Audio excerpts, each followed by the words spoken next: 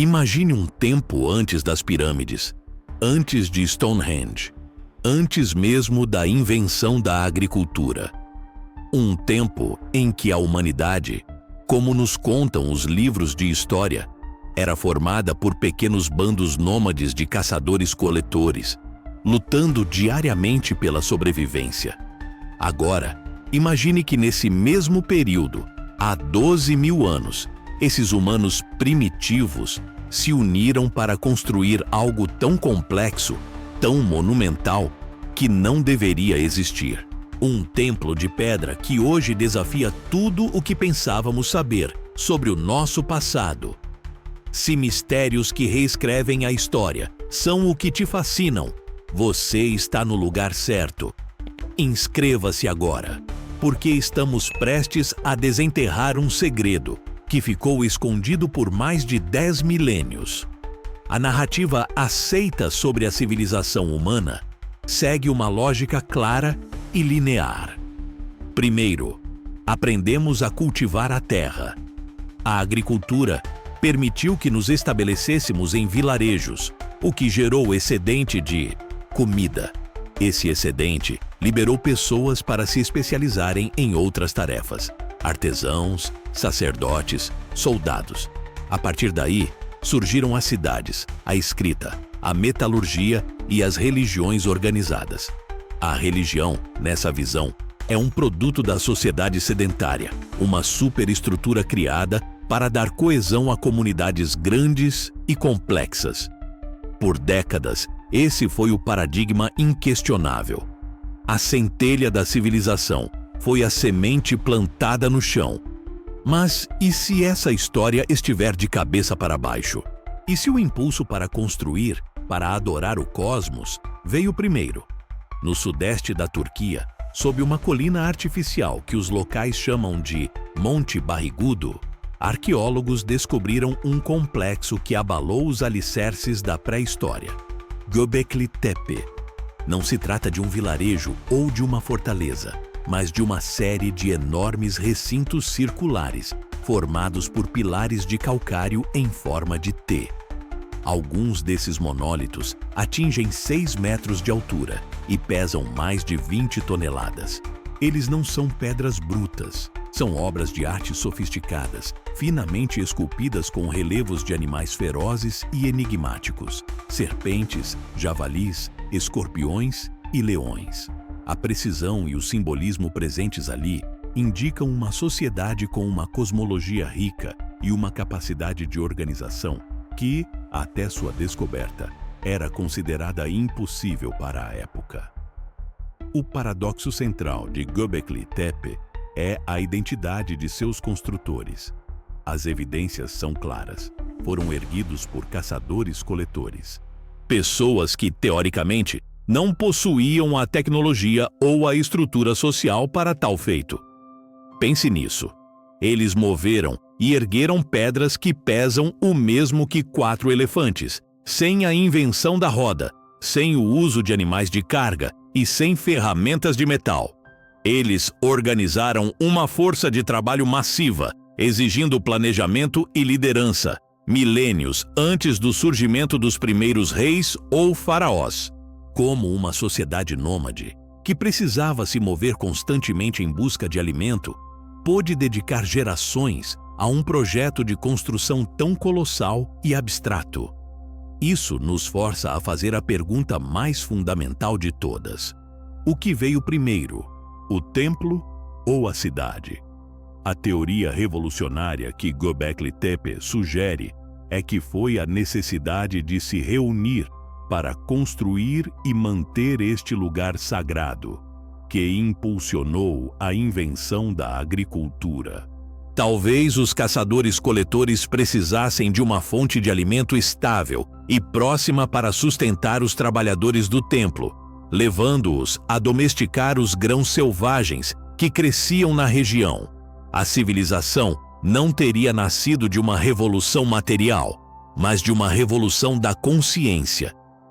O impulso para se conectar com o sagrado pode ter sido o verdadeiro motor da história. Mas o que exatamente eles adoravam aqui? e porque, após séculos de uso, eles enterraram propositalmente seu próprio templo, escondendo-o do mundo. A chave para decifrar este paradoxo talvez não esteja nas pedras, mas no próprio solo em que foram fincadas. Göbekli Tepe repousa no coração de uma região que a história conhece como o Crescente Fértil, de onde se avistam as nascentes de dois rios que definiram a civilização, o Tigre e o Eufrates. Esta não é uma geografia qualquer, é o palco onde as primeiras cidades e impérios nasceriam milênios depois. Muito antes da Suméria, um povo pré-histórico escolheu este local exato para seu monumento. A questão que ecoa por 12.000 anos não é apenas como, mas, fundamentalmente, por que aqui? Para milhões de pessoas, a menção desses dois rios evoca uma única história fundamental. No livro do Gênesis, a localização do Jardim do Éden é descrita com uma precisão geográfica surpreendente. O texto afirma que um rio saía do Éden, se dividindo em 4, e nomeia 2 deles explicitamente, o Tigre e o Eufrates. A sobreposição é assombrosa. O local mais antigo de adoração humana já descoberto está precisamente na região descrita como o lar do paraíso primordial. Poderia a memória de um lugar real, como Göbekli Tepe, ter sido transmitida oralmente por milênios, transformando-se em mito, até ser registrada como a história do Jardim do Éden? A conexão, porém, vai além do mapa. Ela está gravada na própria rocha. Os pilares de Göbekli Tepe são um zoológico de pedra, repletos de relevos de animais selvagens, raposas, javalis, gazelas, escorpiões e, proeminentemente, serpentes. Parece um catálogo da fauna local. Contudo, uma análise atenta revela uma omissão chocante para um povo caçador. Não há uma única cena de caça, nenhum homem com lança, nenhum animal ferido. As criaturas são mostradas em seu estado natural, vibrantes. Se este templo não era um santuário para pedir sucesso na caça, qual era o seu propósito? O que eles estavam tentando imortalizar? Essa ausência de violência sugere uma interpretação radicalmente diferente. E se Göbekli Tepe não fosse sobre a luta pela sobrevivência, mas sobre a celebração da criação? E se os relevos não fossem um pedido, mas um memorial de um tempo de abundância, um paraíso onde a natureza era pródiga? Os pilares seriam, então, a representação de um jardim primordial, onde humanos e animais compartilhavam um espaço sagrado. Essa visão ressoa diretamente com a narrativa do Éden, um lugar de harmonia antes da queda. Talvez seus construtores vivessem no crepúsculo de uma era de ouro, registrando a memória de um mundo prestes a desaparecer para sempre. E no centro de ambas as histórias, a do Gênesis e a de Göbekli Tepe, encontramos a mesma criatura, a serpente. Ela não é apenas mais um animal no panteão de pedra, é um dos motivos mais recorrentes. Serpentes se contorcem pelos pilares, parecendo transmitir uma energia ou conhecimento oculto. No Éden, a serpente é o catalisador da mudança, o portador de um conhecimento que transforma a humanidade para sempre. Seria possível que há 12.000 anos, os construtores deste templo estivessem contando a mesma história arquetípica, a história de um paraíso, uma harmonia quebrada e uma sabedoria perigosa. Mas se Göbekli Tepe foi um paraíso, ele também guardava o registro de sua própria destruição. Entre as dezenas de pilares escavados, um se destaca como uma anomalia sombria e complexa. Conhecido como Pilar 43 ou a Pedra do Abutre, ele não exibe a mesma harmonia pacífica dos outros. Em vez disso, sua superfície é um caos de símbolos que contam uma história muito mais violenta. Ali, vemos um homem sem cabeça, uma representação gráfica de morte e desolação. Vemos um escorpião, pássaros e, pairando sobre tudo, um abutre dominante. Por décadas, essa cena foi um enigma. Seria um ritual xamânico? Um sacrifício? A resposta, proposta por pesquisadores da Universidade de Edimburgo, é muito mais assustadora. Eles sugerem que não estamos olhando para uma cena terrena, mas para um mapa do céu noturno. Um registro celestial de um dia que mudou o mundo para sempre. A chave para decifrar a Pedra do Abutre está em abandonar a interpretação literal. Os animais não são apenas animais, são representações de constelações. O escorpião é inconfundivelmente Scorpius.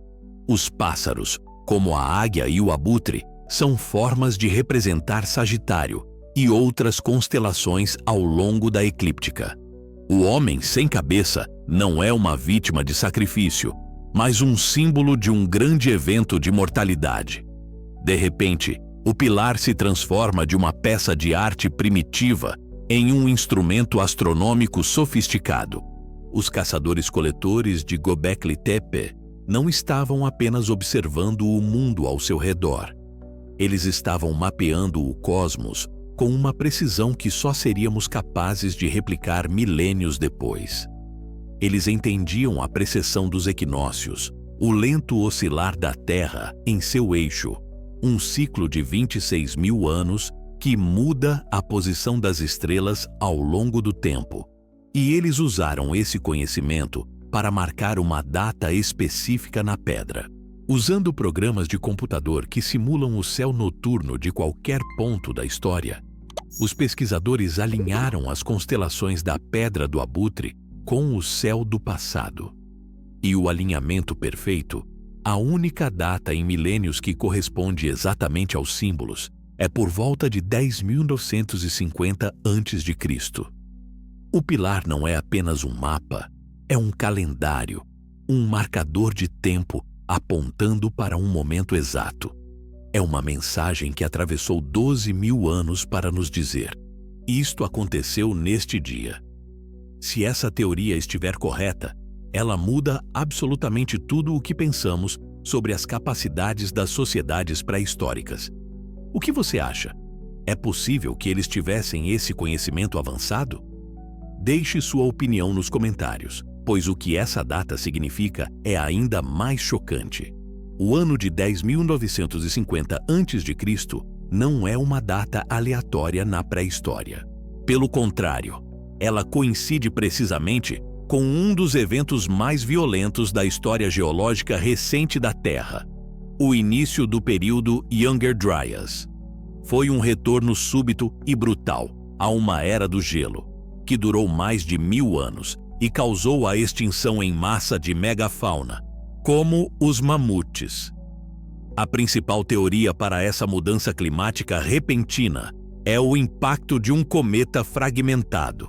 Vários pedaços de um corpo celeste teriam atingido o planeta, lançando poeira na atmosfera, bloqueando o Sol e mergulhando o mundo em um inverno nuclear pré-histórico. O homem sem cabeça na pedra, então, ganha um novo e terrível significado. Ele é a humanidade, decapitada pela catástrofe que veio dos céus. Göbekli Tepe, sob essa nova luz, deixa de ser um simples local de adoração ou o Jardim do Éden. Ele se torna um memorial, um monumento construído pelos sobreviventes de um apocalipse, dedicado a registrar o evento que destruiu seu mundo. Cada pilar, cada animal esculpido, não era apenas para agradar aos deuses, mas para servir como um aviso, uma cápsula do tempo, para garantir que a memória do grande cataclismo nunca fosse esquecida. Eles enterraram o templo propositalmente não para escondê-lo, mas para preservá-lo, como um cofre, esperando que uma futura civilização, a nossa, tivesse a tecnologia para desenterrá-lo e decifrar sua terrível mensagem. A mensagem de que nossa civilização não é a primeira e que o céu, que nos dá a vida, também pode, em um instante, tirá-la. Mas talvez o maior mistério de Göbekli Tepe não esteja gravado em suas pedras, e sim na terra que o cobriu. Após séculos de esforço monumental, de engenharia que desafia a lógica e de arte que sussurra segredos do cosmos, seus construtores fizeram o impensável. Eles enterraram tudo. Não foi um colapso, não foi um abandono ao tempo. Foi um ato deliberado, meticuloso e completo. Cada pilar, cada recinto foi cuidadosamente coberto com milhões de metros cúbicos de terra, pedras e ossos de animais. Um trabalho que pode ter levado tanto tempo quanto a própria construção. Por quê? Por que uma civilização dedicaria gerações para erguer o primeiro templo do mundo, apenas para, intencionalmente, apagá-lo da face da Terra? Esta é a pergunta final, o enigma que transforma Göbekli Tepe de uma maravilha arqueológica em um profundo quebra-cabeça existencial. Uma das teorias mais aceitas sugere que o enterro foi um ato de reverência, uma espécie de funeral sagrado para o próprio templo. Talvez o local tivesse cumprido seu propósito. Após servir como um centro cerimonial por mais de 1000 anos, talvez sua energia tivesse se esgotado ou seu ciclo cósmico chegado ao fim. O ato de enterrá-lo seria a forma mais respeitosa de descomissioná-lo, protegendo sua santidade para a eternidade. Ao invés de deixá-lo erodir e ser profanado por gerações futuras que talvez não compreendessem seu significado, eles o devolveram ao útero da terra, preservando-o em um estado de animação suspensa.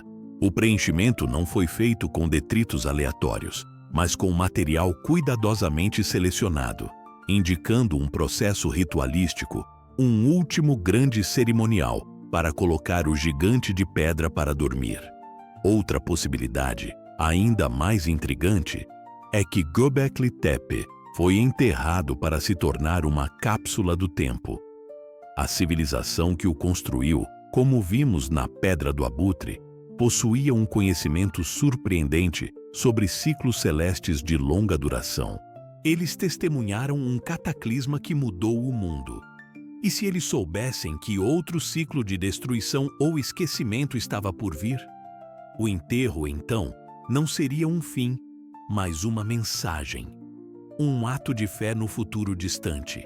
Eles estariam selando seu conhecimento, sua história e seu aviso, na esperança de que uma civilização futura, tecnologicamente avançada o suficiente, pudesse redescobri-lo e decifrar sua mensagem. Eles não estavam escondendo o templo do mundo. Estavam o preservando para o mundo, criando o mais antigo e importante legado não escrito da história humana. Existe, no entanto, uma terceira via, mais especulativa e sombria. E se o conhecimento contido em Göbekli Tepe fosse considerado perigoso? E se os rituais ali praticados acessassem forças ou revelassem verdades sobre a natureza da realidade que eram poderosas demais para serem manipuladas? Talvez a sociedade que o guardava tenha decidido que a humanidade não estava pronta para tal poder. O enterro, neste cenário, não seria para proteger o templo, mas para proteger as gerações futuras do templo. Seria um ato de quarentena cósmica, selando um conhecimento que, em mãos erradas ou imaturas, poderia levar à ruína.